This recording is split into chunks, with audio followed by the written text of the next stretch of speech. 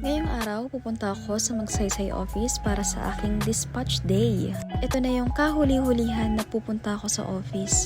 Imagine, every time na pupunta ako sa office, laging ganito ang scenario. Laging mainit, pagod, traffic, at nakakagutom. At nakahinga na rin ako ng maluwag dahil last na kasi ito. Dina-double check ko nga pala yung mga documents na kailangan kong i-submit. Sa mga nagtatanong nga pala kung ano yung barko ko, naka-assign ako sa AIDA Perla. Pumapangatlo siya sa malaking barko ng AIDA.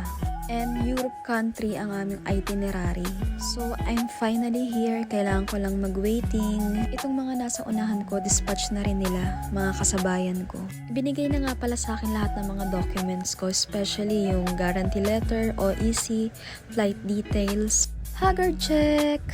Ayun, natapos din sa wakas. Sa kabila ng nakakapagod at nakaka-stress, nagpapasalamat pa rin ako sa Panginoon. Sa katulad kong patuloy na nangangarap, ituloy nyo lang yan. Huwag kayong titigil.